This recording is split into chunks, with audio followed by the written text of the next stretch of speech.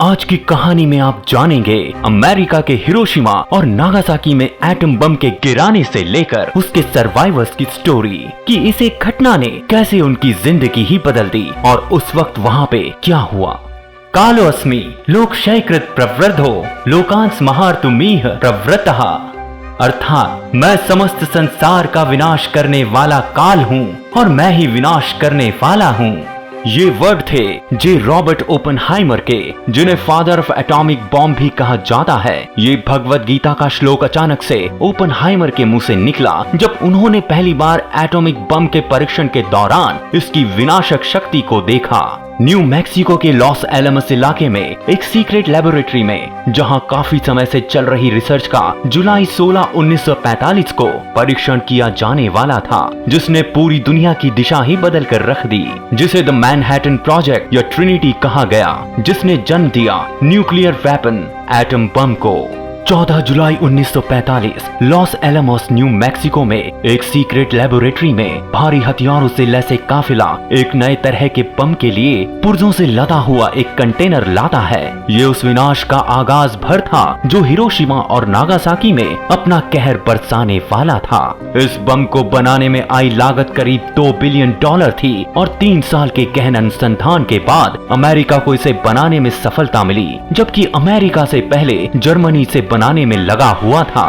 लेकिन ओपेनहाइमर की लीडरशिप में अमेरिका ने इसे सबसे पहले बना लिया था और Oppenheimer father of atomic bomb कहलाए। लेकिन अभी इसका परीक्षण बाकी था। रॉबर्ट ओपेनहाइमर ने परीक्षण को ट्रिनिटी नाम दिया था। प्लूटोनियम डिवाइस या गैजेट को 10 फुट टावर के ऊपर होल्ड करके रखा गया था। न्यू मैक्सिको रेगिस्तान पर ठीक सुबह 5:30 बजे विस्फोट हुआ। इस विस्फोट से 18.6 किलोटन की भीषण एनर्जी प्रोड्यूस होती है, जिसने कि इस बॉम्ब को पकड़ के रखने वाले स्टेनलेस स्टील के टावर को भी भाप बनाकर नष्ट कर दिया और आसपास के डामर और रेत को हरे कांच में बदल दिया। विस्फोट से ऐसी हीट वेव निकली जिसने रेगिस्तान के तापमान को बहुत बढ़ा दिया और वहां खड़े रिसर्चर्स को जमीन पे गिरा दिया। विस्फोट का बल डायनेमाइट की 67 मिलियन छड़ियों के बराबर होने का अनुमान लगाया गया था। बॉम्ब मूल रूप से नाजी जर्मनी के खिलाफ इस्तेमाल किया जाना था, लेकिन समर्थकों के दिमाग में अब एक और लक्ष्य था, जापान। वैज्ञानिक रॉबर्ट ओपेनहाइमर के लिए ये एक भयानक सच्चाई का क्षण था। जापान द्वारा अमेरिका के पर्ल हार्बर पर हुए अटैक के बाद अमेरिका वर्ल्ड वॉर 2 में शामिल हो गया, जहां जर्मनी ने अपनी हार मानते हुए मित्र राष्ट्रों के सामने सरेंडर कर दिया। वहीं जापान अब भी पीछे हटने को तैयार नहीं था। पर्ल हार्बर की घटना के 4 साल बाद भी जापान और अमेरिका के बीच तनाव की स्थिति बहुत बढ़ती जा रही थी, जिसके चलते अमेरिका के प्रेसिडेंट हेनरी स्टिम्सन ट्रूमैन ने जापान पर एटम बम गिराने का फैसला लिया। हिरोशिमा पर बोइंग B-29 बॉम्बर एनोला गे से लिटिल बॉय नाम का बम गिराया गया। ये 3.5 मीटर लंबा और 4.3 टन वजन वाला नीले सफेद रंग का परमाणु बम था। इसे इस कदर गुप्त रखा गया था कि अमेरिका के उपराष्ट्रपति रहते हुए भी हैरी ट्रूमैन तक को इसकी भनक न लगी। हिरोशिमा जो लगभग 3,50,000 लोगों की आबादी वाला शहर था, जो कि ओटा नदी के मुहाने पर स्थित था। यह शहर जापानी सेना का मुख्य हेडक्वार्टर भी था, जो कि क्यूशु द्वीप के साथ साथ कई युद्ध उद्योगों का भी गढ़ था। सोमवार 6 अगस्त 1945 को सुबह लगभग 2:45 पर 509 ग्रुप के 3 अमेरिकी B-29 बम वर्षक विमानों ने जापान के 1500 मील दक्षिण में प्रशांत द्वीप टिनियन पर एक हवाई क्षेत्र से उड़ान भरी। कर्नल पॉल टिबेट्स मुख्य बम वर्षक विमान एनोला गे का संचालन कर रहे थे, जिसमें लिटिल बॉय नाम का बम रखा हुआ था। बम के नाम के उलट इसका वजन लगभग 9,700 पाउंड था, जिसके चलते ओवरलोडेड एनोला गे विमान ने ऊपर जाने के लिए 2 मील से अधिक रनवे का इस्तेमाल किया। सुबह 7:15 पर बॉम्बर क्रू ने विमान को बम से लैस किया और विमान ने 31,000 फीट की ऊंचाई पर उड़ान भरी।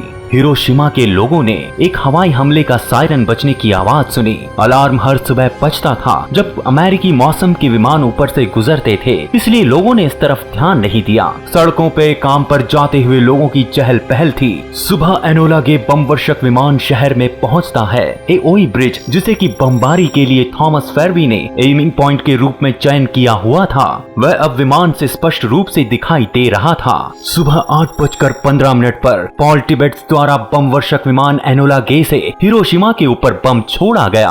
शहर से लगभग 1900 फीट ऊपर लिटिल बॉय में विस्फोट हो जाता है। बम के प्लेन से गिरते ही वजन में आई अचानक कमी से विमान ने करीब 10 फीट की छलांग लगाई। टिबेट्स ने तुरंत विमान पर नियंत्रण करना शुरू कर दिया और इसे 155 डिग्री के मोड़ पर तेजी से मोड़ दिया। पॉल टिबेट्स ने महीनों तक इसका अभ्यास किया था, क्योंकि उन्हें निर्देश दिया गया था कि उनके पास अपने विमान को बम से होने वाले विस्फोट से बचाने के लिए 45 सेकंड से भी कम का समय होगा। बॉम्ब को डिजाइन करने वाले वैज्ञानिकों को भी ये नहीं पता था कि एनोला गे विमान विस्फोट से निकली हीट वेव से बच भी पाएगा या नहीं।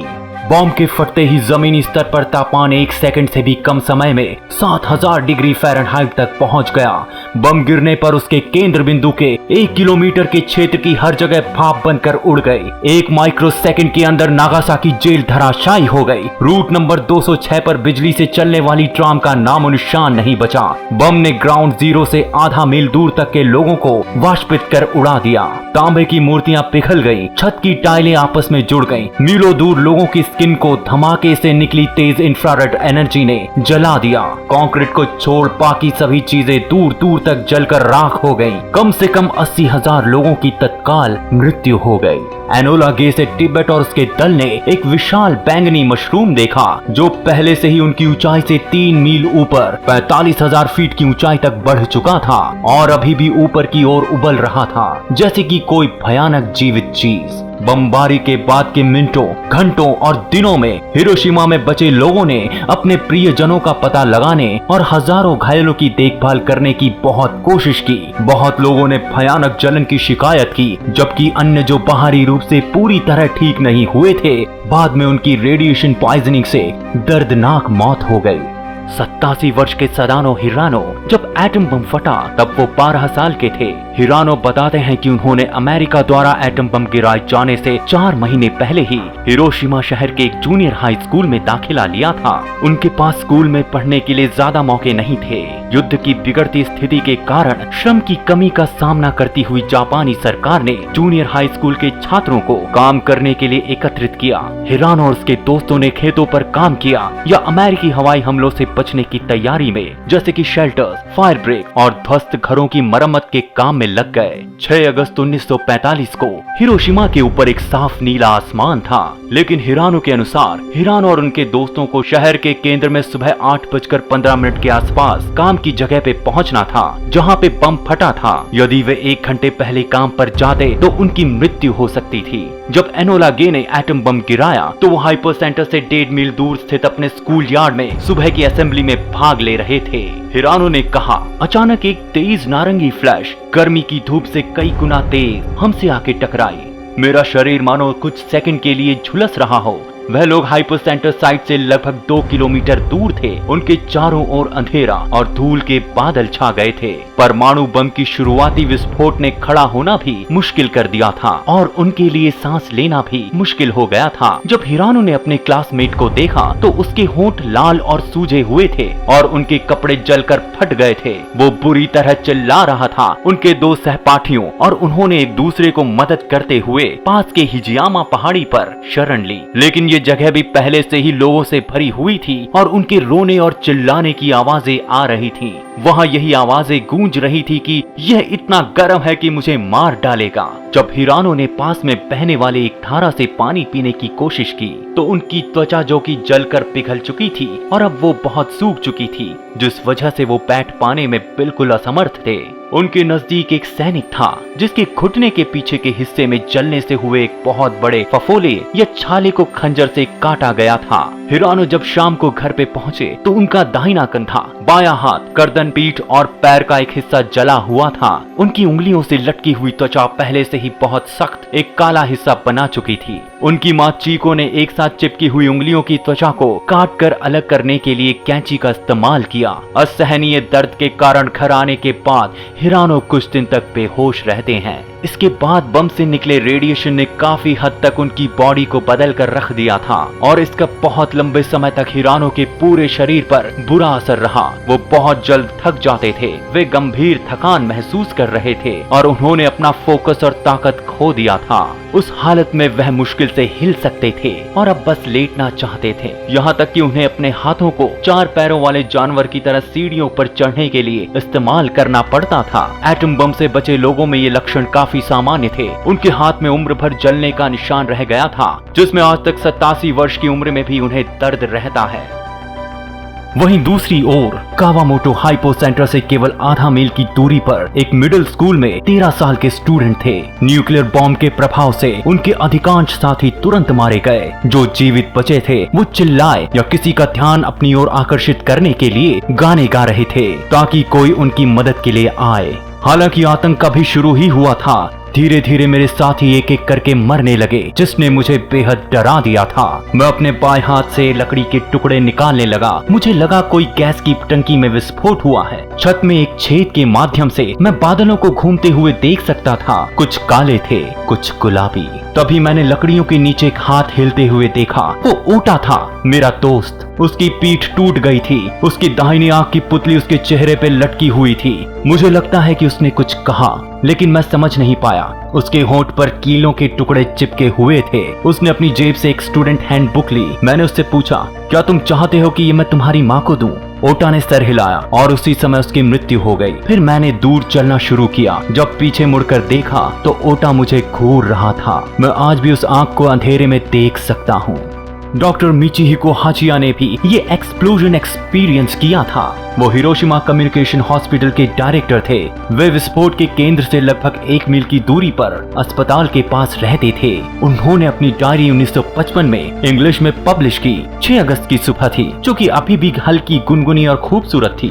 डॉक्टर मिचिहिको हाचिया अपने लिविंग रूम में रेस्ट कर रहे थे, क्योंकि उन्होंने पूरी रात जागकर अपने हॉस्पिटल में काम किया था कि तभी एक तेज रोशनी से वो चौंक गए और फिर तुरंत दूसरी ओर उन्होंने सोचा कि ये मैग्नीशियम की चमक होगी या गुजरती हुई ट्रॉली की चमक। बाहर का नजारा जहाँ पहले धूप थी और आसमान साफ था, वहीं अब अंधेरा और धुंधला था। उनके घर का पिलर बुरी तरह से झुक गया था और छत भी गिरने को थी। उन्होंने बहुत सावधानी से आगे बढ़ने की कोशिश की, लेकिन मलबे में गिरी हुई लकड़ियों ने उनका रास्ता रोक दिया। किसी तरह वो घर के बाहर निकले, लेकिन अचानक से उन्हें बहुत ज्यादा कमजोरी महसूस हुई। वो थोड़ी देर के लिए वहीं रुक गए। तब उनका ध्यान अपने कपड़ों पे गया कि वो पूरी तरह से फट गए थे और उनके शरीर से अलग हो चुके थे। उनके शरीर का पूरा दाहिना हिस्सा कट गया था और खून बह रहा था। उनके गले में कांच घुस रखा था, जिसे उन्होंने किसी तरह निकाल दिया। उनके मुंह में कुछ गर्म सा छलक रहा था और उनके हाथ खून से सने हुए थे। थोड़ा ध्यान आते ही उन्होंने अपनी पत्नी को बुलाना शुरू किया। ये कुसान, तुम कहाँ हो? हम पे 500 टन का बम गिरा है। उनकी पत्नी के चेहरे का रंग पीला पड़ चुका था और वो भी खून से लथपथ अपनी कोहनी पकड़े हुए घर से आई। उसे देखकर डॉक्टर ने खुद को संभाला और कहा कि सब ठीक हो जाएगा, हम ठीक हो जाएंगे, हमें बस यहाँ से बाहर निकलना है, तुम मुझे फॉलो करो। डॉक्टर की पत्नी ने हाँ में सिर हिलाया। जैसे जैसे वो लोग आगे बढ़ते हैं, उनके आसपास के घरों को गिरते हुए देखकर उन्होंने सोचा कि उन्हें जल्द से जल्द हॉस्पिटल पहुंचना चाहिए। लेकिन 20 या 30 कदमों के बाद ही डॉक्टर की सांसें कम होती गईं और उनकी धड़कनें बहुत तेज हो गईं। उन्होंने उनकी पत्नी से पानी लाने के लिए कहा, लेकिन उन्हें कहीं पानी नहीं मिला। थोड़ी देर बाद रुककर उन्होंने एनर्जी गेन की और फिर आगे बढ़े। हम बहुत धीमी गति से आगे बढ़ रहे थे, लेकिन आगे जाके उनके पैरों का खून सूखने की वजह से उनका आगे चलना मुश्किल हो गया। उन्होंने अपनी पत्नी से आगे जाकर मदद लाने के लिए कहा। उसने इस बात का विरोध किया, लेकिन उनके पास और कोई चारा नहीं था।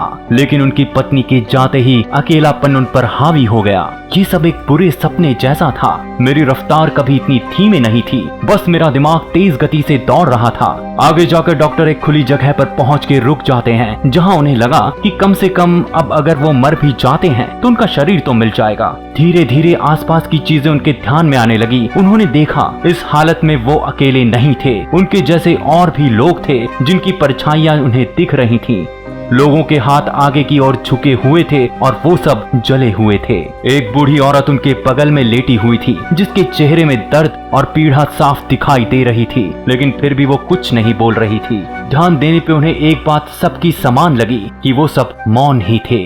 डॉक्टर मिचिहिको हाचिया उन सबके साथ चलने लगे जो कि हॉस्पिटल की तरफ जा रहे थे। आखिर में वो कम्युनिकेशन ब्यूरो के गेट तक पहुंच ही गए। वहीं दूसरी ओर इनोसुके हायासाकी बताते हैं कि जब मैं रेलवे स्टेशन से गुजरा तो वहां पर जले हुए काले लोग तड़प तड़प कर मुझसे पानी मांगने लगे। मैंने एक आदमी को ये घोषणा करते हुए सुना कि जले हुए पीड़ितों को पानी देने से उनकी मौत हो जाएगी। मैं जानता था कि इन लोगों के पास जीने के लिए ज्यादा समय नहीं बचा। लकीली मुझे पानी मिल गया। मैंने उन लोगों को पानी पिलाया। वो लोग गंदा पानी भी बहुत उत्सुकता के साथ पी रहे थे। वहाँ मुझे अपना दोस्त यमादा भी दिखा। मैं उसे देखकर चौंक गया और वो बुदबुदाया पानी। मैंने उसे पानी पिलाया, लेकिन 5 मिनट बाद ही उसकी मृत्यु हो गई। जिन लोगों को मैंने देखा पानी पिलाया उनमें से कई मर चुके थे। कई बार मुझे ऐसा लगता है कि मैंने उन जले हुए पीड़ित लोगों को मार डाला। अगर मैंने उन्हें पानी ना दिया होता तो क्या होता? क्या उनमें से बहुत लोग जिंदा रहते? इस बारे में मैं रोज सोचता हूँ। अमेरिका ने बम गिराने के लिए जिन 4 शहरों की सूची तैयार की थी उनमें से हिरोशिमा के अलावा कोकुरा, क्योतो और नीगाता शहर के नाम शामिल थे। बाद में युद्ध मंत्री स्टिम्सन ने क्योतो का नाम हटाकर नागासाकी का नाम शामिल कर दिया। हिरोशिमा में लिटिल बॉय गिराने के बाद भी जब जापान ने सरेंडर नहीं किया तो अमेरिका ने 9 अगस्त 1945 को दूसरा एटम बम, जिसे कि फैटमैन कहा जाता है और जिसका वजन तकरीबन 10,800 पाउंड था, उसे जापान के दूसरे शहर नागासाकी में गिरा दिया। परमाणु हमले से नष्ट हुई इमारतों का मलबा और कार्बन बम से निकलने वाले रेडियो एक्टिव पदार्थ के साथ मिलकर वातावरण में एक मशरूम रूपी बादल के रूप में प्रकट हुआ था। ये पदार्थ वायुमंडल में भाप के साथ मिल गए, जिसके बाद काले रंग की बूंदें धरती पर गिरने लगीं, जिसे काली बारिश कहा गया। काली बारिश अत्यधिक रेडियो एक्टिव पदार्थ से युक्त थी, जिस वजह से इस बारिश के संपर्क में आने से कई प्रकार की गंभीर बीमारियां हो गई थीं। लोग कैंसर से ग्रस्त हो गए तो कुछ लोगों की आंखों की रोशनी ही चली गई। वर्ष 1945 में किए गए एक अध्ययन से पता चलता है कि ग्राउंड जीरो से तकरीबन 29 किलोमीटर के क्षेत्र में काली बारिश हुई थी और इस बारिश ने अपने संपर्क में आने वाली सभी चीजों को दूषित कर दिया। अगस्त 1945 में हिरोशिमा पर बम गिराए जाने के बाद से ही परमाणु शक्ति संपन्न बनना यानी कि किसी भी देश के लिए ताकतवर होने का सूचक बन गया था। 1949 में सोवियत संघ ने भी अपने पहले परमाणु बम का विस्फोट किया और इसी के साथ रूस और अमेरिका के बीच परमाणु होड़ शुरू हो गई। 14 अगस्त जापान अमेरिका के आगे सरेंडर कर देता है और इसे ही द्वितीय विश्व युद्ध का अंत माना जाता है। लेकिन जापान की असली जंग तो अभी बाकी थी। उस धमाके के बाद हिरोशिमा और नागासाकी और उसके आसपास के इलाकों में लोग रेडिएशन नाम के महासंकट से जूझने लगे थे, जिसका असर आज भी वहाँ के लोगों में दिखाई पड़ता है। अपनी ताकत के नशे में चूर अमेरिका ने दुनिया को अपना शक्ति प्रदर्शन करने के लिए जापान पर एटम बम गिरा तो दिया था, लेकिन शायद वो भी नहीं जानता था कि इसका इतना भयानक और लंबा परिणाम होगा। वक्त बीतता गया लेकिन तबाही थमी नहीं और आने वाले कई दशकों तक इसका असर दिखा। दुनिया के इतिहास में इससे भीषण जंग न पहले कभी हुई थी और न ही उसके बाद कभी। 2 सितंबर 1945 में जापान की तरफ से उनके विदेश मंत्री मोमोरू शिगेमित्सु ने समर्पण के दस्तावेजों पर अपने हस्ताक्षर किए, जिसे कि विजय डे के नाम से भी जाना जाता है। बाद में इतने भयंकर नरसंहार के बाद अमेरिका को अपनी भूल समझ में आई और उसने जापान को अपने संरक्षण में ले लिया और कहा कि जापान की सुरक्षा अमेरिका की जिम्मेदारी होगी, लेकिन इस शर्त पर कि जापान अब अपनी कोई आर्मी नहीं बना सकता। परमाणु हमले के बाद रेडियो विकिरण के शिकार जापानी लोगों की अदालती लड़ाई 76 साल बाद अब भी जारी है, जिसमें कि रेडिएशन प्रभावित जोन के बाहर के इलाके के लोगों को भी सरकार द्वारा दी जा रही फ्री मेडिकल सुविधाएं मिलनी चाहिए, इसकी मांग की गई है। युद्ध चाहे किसी भी वजह से रहा हो, लेकिन इसका खामियाजा हमेशा आम नागरिकों को ही भुगतना पड़ता है। अगर जापान ने पर्ल हार्बर पर हमला नहीं किया होता तो जापान को भी कभी ये दिन न देखना पड़ता। लेकिन इसके साथ ही यहाँ एक बात गौर करने की है कि जापान ने सिर्फ अमेरिका के सैनिकों और उसके मिलिट्री बेस पे ही हमला किया था। इसके बदले में अमेरिका ने जापान के पूरे 2 शहर बर्बाद कर दिए, जो कि काफी हद तक सही भी नहीं ठहराया जा सकता है। एटम बम का असर क्या रहा होगा ये तो वही जान सकते हैं जिन्होंने इसे झेला, सहन किया और महसूस किया, या फिर वो जो इस धमाके में शांत हो गए, या वो जिन्होंने अपनों को हमेशा के लिए खो दिया। हमारे लिए ये सिर्फ इतिहास की एक घटना भर है या महज कुछ किस्से जिन्हें शब्दों में बता पाना पूरी तरह से नामुमकिन है। जो लोग इस घटना के साक्षी रह चुके हैं उन सब ने अंत में एक ही बात कही कि युद्ध सिर्फ दो देशों की जीत और हार का नहीं, बल्कि ये तो एक बहुत ही भावनात्मक और विनाश की प्रक्रिया का हिस्सा होता है, जिससे उन देशों की जनता को ना चाहते हुए भी गुजरना पड़ता है। और कोई भी ये नहीं चाहता कि आने वाली पीढ़ी ये गलती फिर दोहराए। आप हमें कमेंट बॉक्स में बताइए कि इस बारे में आपका क्या मानना है। अगर आपको आज की वीडियो अच्छी लगी हो तो हमारे चैनल स्टोरी बिहाइंड इट को लाइक करें, सब्सक्राइब करें और बेल आइकन को प्रेस करें, हमें सपोर्ट करें। मिलते हैं आपसे अगली कहानी के साथ। Thank you.